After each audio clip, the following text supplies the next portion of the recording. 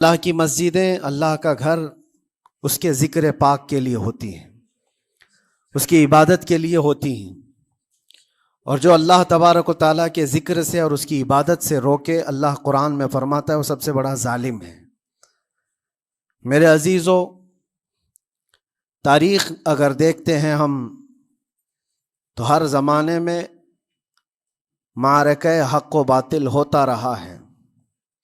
باطل طاقتیں ہمیشہ یہ چاہتی ہیں کہ اللہ کے ذکر کو روکیں، کیونکہ طاغوت شیطان جس کا ذکر قرآن میں ہے وہ ہمیشہ سے یہ چاہتا رہا ہے کہ اللہ کا ذکر کرنے والوں کو روک دیا جائے، کیونکہ اس نے اللہ تبارک و تعالیٰ سے یہ وعدہ کیا، چیلنج کیا تھا، لَأَقْعُدَنَّ لَهُمْ صِرَاطَكَ الْمُسْتَقِيمِ، اے رب میں تیرے سیدھے راستے پر بیٹھ جاؤں گا، ثُمَّ لَآتِيَنَّهُمْ مِنْ بَيْنِ أَيْدِيهِمْ وَمِنْ خَلْفِهِمْ وَعَنْ أَيْمَانِهِمْ وَشِمَائِلِهِمْ، اور میں اس سیدھے راستے پر جو بھی گزرے گا اس کو کبھی سامنے سے آ کر بہکاؤں گا، کبھی پیچھے سے آ کر بہکاؤں گا، کبھی دائیں سے کبھی بائیں سے۔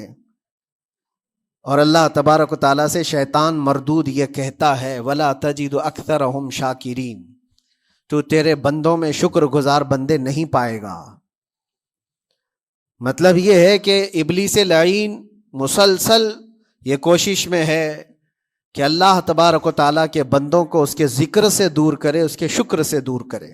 آج بھی وہ کیفیت ہم دیکھتے ہیں کہ سب سے زیادہ اللہ کے ذکر سے روکنے کے لیے جو شیطانی طاقتیں کوشش کر رہی ہیں، مگر میرے عزیزو یہ تمہارا امتحان ہے، تمہارا امتحان ایسا کہ کبھی یہ مت سمجھنا کہ تم خالی ہو، کیونکہ قرآن پاک اللہ تبارک و تعالیٰ 21ویں پارے میں فرماتا ہے، احسب الناس ان یترکوا ان یقولوا آمنا وہم لا یفتنون، کیا لوگ یہ گمان کر کے بیٹھے ہیں کہ وہ ایمان لے آئے تو ہم ان کو آزمائیں گے نہیں،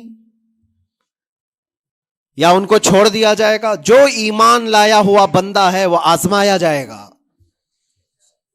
ایمان اگر تمہارے پاس ہے تو تمہیں امتحان سے بھی گزرنا ہی ہوگا۔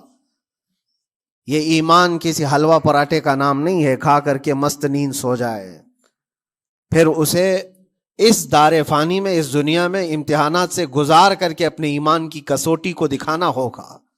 اسی لیے قرآن یہ بھی کہتا ہے کہ تمہیں کیسے کیسے آزمایا جائے گا، وَلَنَبْلُوَنَّكُمْ بِشَيْءٍ مِّنَ الْخَوْفِ وَالْجُوعِ وَنَقْصٍ مِّنَ الْأَمْوَالِ وَالْأَنفُسِ وَالثَّمَرَاتِ، ہم تمہیں آزمائیں گے کبھی بھوک سے، کھانے کی قلت سے، اور کبھی خوف سے، ڈر آئے گا تمہارے پاس، اور پھر اللہ تعالیٰ فرماتا ہے کبھی مال و دولت کی کمی سے، وَنَقْصٍ مِّنَ الْأَمْوَالِ وَالْأَنفُسِ، کبھی لوگوں کی جان چلی گئی ہو، کثرت سے تمہارے عزیز مر گئے، یہ بھی آزمائش ہے، اور پھلوں کی کمی۔ اللہ تعالیٰ فرماتا ہے یہ 5 چیزیں ہیں جو تمہاری زندگی میں آئیں گی اور تمہیں آزمایا جائے گا، اور ان کمیوں کے وقت تمہارا ایمان دیکھا جائے گا تم کیا کہتے ہو۔ اور اللہ تعالیٰ فرماتا ہے جب کبھی تمہیں بھوک سے آزمایا جائے، خوف سے، ڈر سے آزمایا جائے، اور مال کی کمی سے آزمایا جائے، امتحان لیا جائے، تو اس وقت جو بندہ یہ کہتا ہے، اللہ فرماتا ہے انا للہ و انا الیہ راجعون، اللہ تعالیٰ فرماتا ہے ان لوگوں کو یہ بشارت ہے، ان صبر کرنے والوں کو یہ بشارت ہے کہ جب ان پر مصیبت آتی ہے تو یہ کہتے ہیں ہم اللہ ہی کے ہیں اور اللہ ہی کی طرف لوٹنے والے ہیں۔ یہ مصیبت کے وقت یہ جو 5 چیزوں سے آزمایا گیا ہے، ان آزمائش کے دور پر جو بندہ اللہ تبارک و تعالیٰ کی اس عطا پر راضی رہتا ہے وہ صبر کے ساتھ نکل گیا ہے۔ آج کے دور میں بھی میرے عزیزو بے شمار جانیں ہماری درمیان سے جا رہی ہیں۔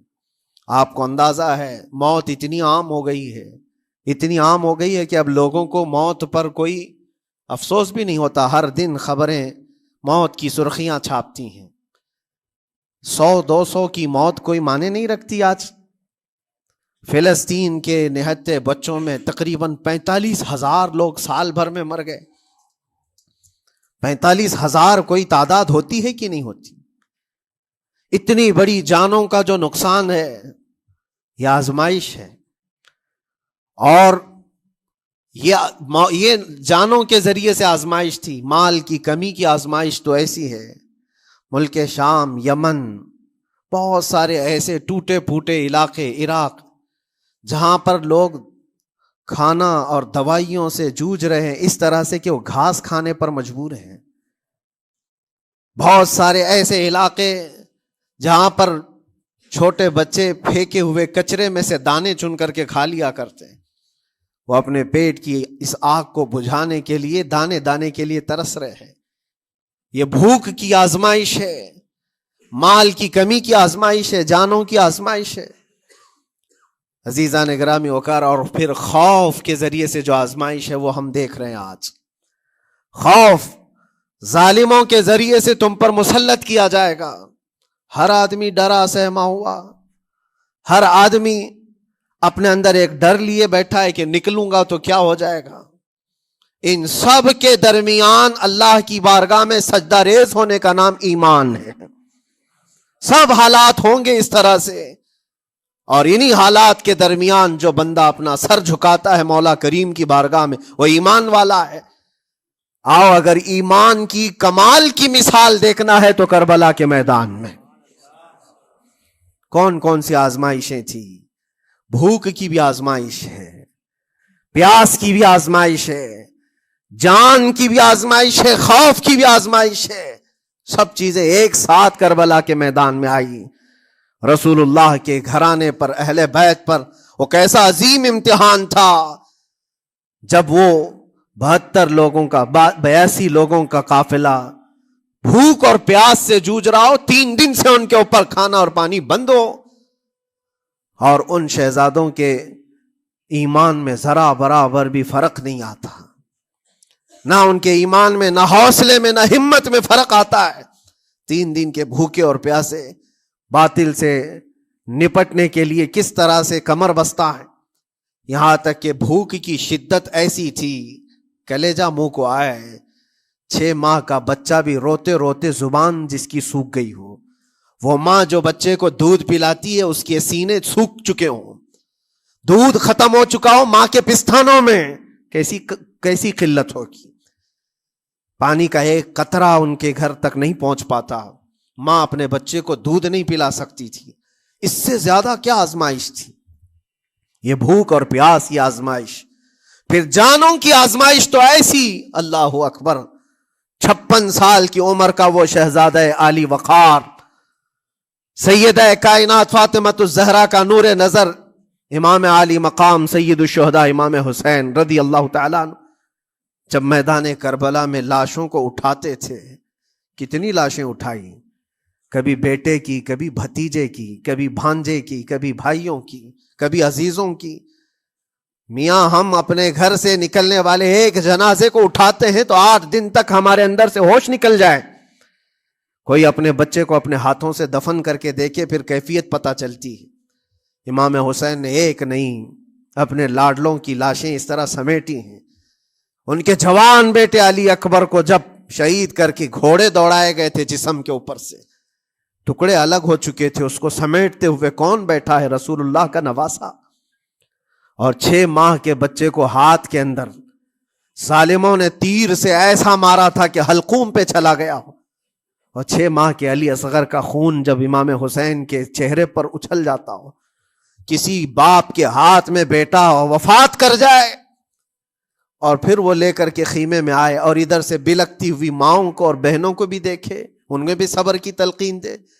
کبھی کبھار میں سوچتا ہوں، اللہ یہ کیسے امتحانات سے گزرا تھا فاطمہ کا لال، کیسے امتحانات سے۔ بھوک اور پیاس کی شدت الگ، یہ جانوں کی شدت، جانوں کے جانے کا غم الگ، عزیزوں کی لاشوں کو اٹھانے کا بوجھ الگ، پھر اس پر 22,000 کا لشکر جرار سامنے، اس کا خوف لوگوں کے اوپر ڈالا جا رہا ہے۔ عزیزان گرامی وقار، یہ سب چیزیں کیا امام حسین کے قدموں کو ڈگمگا گئیں؟ کیا ان کے خاندان والوں کو بکنے پر مجبور کر دی؟ کیا انہوں نے سمجھوتے کر کے اپنا سب کچھ بیچ ڈالا؟ ایک خیمے کا ایک بچہ بھی امام حسین کا نکل کر کے آیا ہو تو مجھے تاریخ بتا دو. بلکہ تاریخ تو آج یہ کہتی ہے سر داد نہ داد دست در دست یزید حقا کے بنا لا الہ است حسین. سر دے دیا مگر ہاتھ یزید کے ہاتھ میں نہیں دیا. حق تو یہ ہے کہ لا الہ کی جڑ کا نام حسین ہے. آج وہ امتحان قیامت تک کی تمہارے ساتھ ہوتا رہے گا. قیامت تک تمہارے ساتھ یہ آزمائش ہوتی رہے گی. کبھی بھوک سے، کبھی ڈر سے، کبھی جانوں کے نقصان سے. لیکن پھر تمہیں دیکھا جائے گا تم بکتے کتنے ہو، نکلتے کتنے ہو، ہواؤں کے پجاری کتنے ہیں، خواہشات نفس کو ماننے والے کتنے ہیں، اپنے کمفرٹ زون میں جینے کے لیے ایمان کا سودا کرنے والے لوگ کتنے ہیں. یہ آزمائش ہوتی رہے گی. میرے عزیزو، ایمان اس کا نام نہیں ہے کہ تم گھر میں آرام سے بیٹھے رہو گے اور کوئی امتحان نہیں ہوگا. امتحان تو ہوگا، آزمائش تو ہوگی. آج جو بھی حالات ہیں اس پر میں یہی کہوں گا، ایک بات ہو سکتا ہے کروڑوں مسلمانوں کے دلوں میں آج یہ نروس پن آئے، اتنے برے